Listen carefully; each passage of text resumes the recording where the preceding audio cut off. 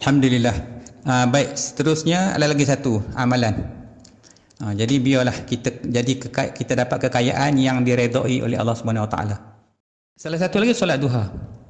Solat duha ni sebenarnya apa makna dia duha ni? Pagi tu. 45 minit selepas masuk syuruk tu, lepas tu duha lah tu. Kalau ni ambil lah pukul 8 tu dah boleh solat duha dah. Jadi sebab rasa terima kasih kita kepada Tuhan atas keberkahan yang Tuhan bagi tu. Sebab tu dari Rasulullah, dia tak pernah tinggal solat ni tanpa keuzuran, maksudnya tanpa uzur. Dan umat Islam juga dituntut, dan kita malam ni pun dituntut buat. Abu Hurairah pernah berkata apa? Rasulullah berwasiat kepadaku 3 perkara agar jangan ditinggalkan, iaitu puasa 3 hari setiap bulan, 2 rakaat duha, dan witir sebelum kamu tidur. Jadi ini salah yang tentang duha. Kemudian Nabi bersebut lagi, hendaklah masing-masing di antara kamu setiap pagi bersedekah untuk setiap ruas tulang badan kamu tu. Ruas tulang tu, sendi-sendi tulang kita tu, ruas tu. Kenapa? Kerana maka setiap kali bacaan tasbih adalah sedekah, setiap tahmid adalah sedekah, setiap tahlil adalah sedekah, dan setiap takbir adalah sedekah. Menyuruh kebaikan adalah sedekah, mencegah keburukan juga adalah sedekah. Dan sebagai ganti daripada semua itu, cukuplah mengamalkan 2 rakaat solat duha. Jadi kalau sedekah, bacaan kita pagi itu subhanallah subhanallah tu sedekah dah tu. Sedekah, kita ingat nak sedekah macam mana? Sedekah ni ada 2, adik kakak sekalian. Kaedah sedekah ni, yang pertama sedekah dengan material, fizikal tu. Bagi duit, bagi apa tu sedekah. Yang kita nak baca pagi subhanallah tu sedekah dah. Nak sedekah lagi, nak sedekah lagi, hadiah Fatihah kat Rasulullah setiap hari, hadiah Fatihah kat guru-guru kita, para awliya, orang mukminin mukminat, mak bapak kita yang dah meninggal, sampai kepada Nabi. Sedekahlah tu. Itu sedekah yang tak nampak, tapi sedekah. Sebab tu ada orang miskin di masa zaman Rasul, dia tanya Nabi kan, dia ni tak macam orang kaya, dia sedekah macam mana? Yang sahabat-sahabat yang kaya tu bolehlah sedekah. Nabi kata bacalah tasbih. Tu Nabi ajar tu kat kita. So sekarang ni kita nak sedekah kok tak sempat, pagi tadi tak sempat, baca. Lepas tu maka kita solat duha 2 rakaat. Solat duha 2 rakaat, selesai hutang kita dengan Tuhan. Ni sekarang kaki bengkok kan, nak pergi buat kerja macam mana? Tulang tengkok bengkok, tak nak berhenti tengkok, nak buat kereta macam mana? Kita terhutang dengan Tuhan.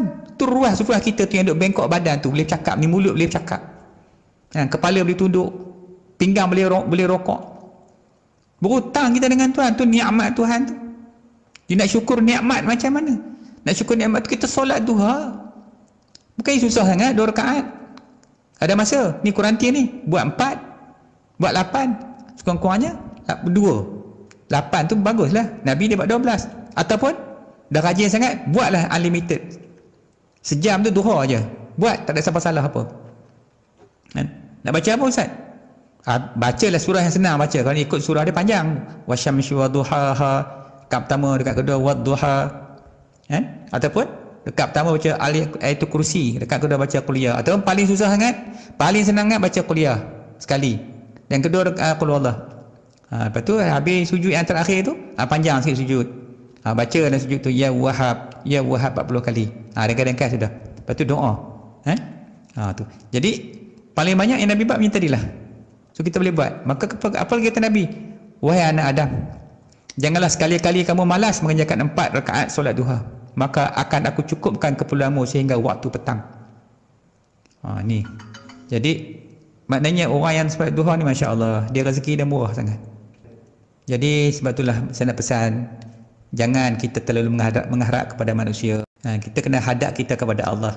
Tadah tangan kat Tuhan, jangan tadah tangan kat makhluk. Sebab dia makhluk macam kita juga. Bukannya kaya pun, habis tu habislah. Tapi Allah tu Al-Ghaniyul Mughni. Allah tu sangat kaya lagi maha kaya. Kita hadap kita kepada Allah, kita tadah tangan kepada Tuhan. Jangan kita biasa menadah minta kat sana, minta kat manusia. Kalau Allah nak bagi duit kita, dia hantarlah manusia-manusia mana datang bagi. Itu rezeki yang tak perlu kita fikir-fikir. Itu kerja Tuhan. Cuma kita nak kena hadap. Masalah kita punya tanggungjawab kita, hadapkan sepenuh diri kita, rohani jasmani kita, zahir batin kita kepada zat Allah Subhanahu Wa Taala. Itulah Tuhan yang sebenarnya yang maha kaya. Dialah segala-galanya. Sama juga yang kita belajar pada malam ni. Baik, Allah.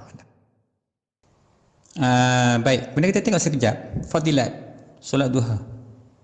Kita ambil tahulah sikit fadilat, fadilat tu. Tapi tak usah bergantung dengan fadilat tu. Itu sekadar nak bagi Allah nak hiburkan kita. Kan? So Nabi sebut Nabi nak hiburkan kita. Maknanya kan tak sia-sia kalau kita buat solat-solat duha ni. Sebab ada fadilat dia. Jadi sebaik-baik solat duha ni kita kerjakan setiap hari. Hari-hari kita buat. Dia benda-benda sunat macam ni, walaupun kita benda sunat, tapi kalau hari kita buat, kalau tinggal kita qada solat tu. Sebab apa? Sebab seseorang tu akan mendapat keampunan Allah SWT. Murah rezeki, tenang jiwa dia, tak serabut. Ni kita hari ni serabut. Ni jadi ni sudah lah, kita dah nak berniaga ni. Biasa berniaga pasal Ramadan. Kan? Pasal Ramadan. Bila pasal Ramadan tak boleh berniaga tahun ni. Apa perasaan kita? Tak serabut macam mana? Beli dah tu. Bertimbun-timbun tu, tepung lah, beras lah. Tapi insyaAllah kita hadap kita dengan solat duha ni. Allah tahulah nak bagi rezeki kat mana kat kita. Sebab dia yang jadikan kita. Dia cipta kita. Tapi kita tak mau hadap ke dia. Itulah masalah duk berkawan pun susah juga jumpa kawan bukan.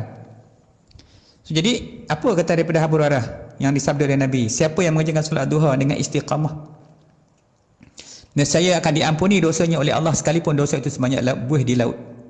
Itu kelebihan duha. Dan lagi sabda Nabi, bahawasanya di syurga ada pintu yang dinamakan pintu duha.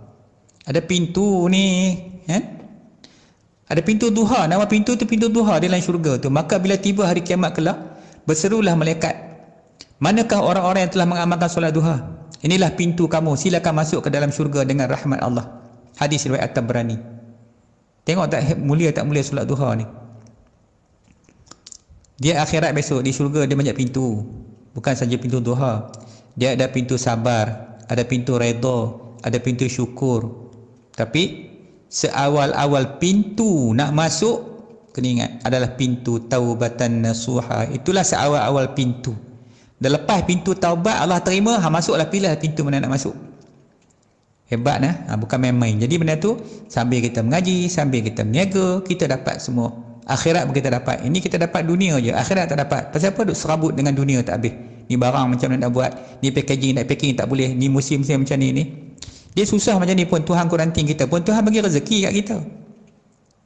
Kalau kita fikir dengan akal kita tak boleh. Bukan, agama ni bukan semua benda logik. Banyak benda tak logik. Jadi kita serah kat Tuhan. Kemudian apa sabda Nabi lagi dalam hadis yang lain pula dari Nuwas bin Sam'an.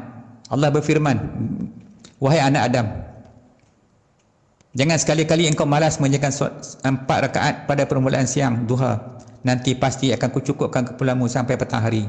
Ni mungkin hadis kursi ni. Jadi Allah firman, jadi Nabi sebut, Tuhan kata kat kita.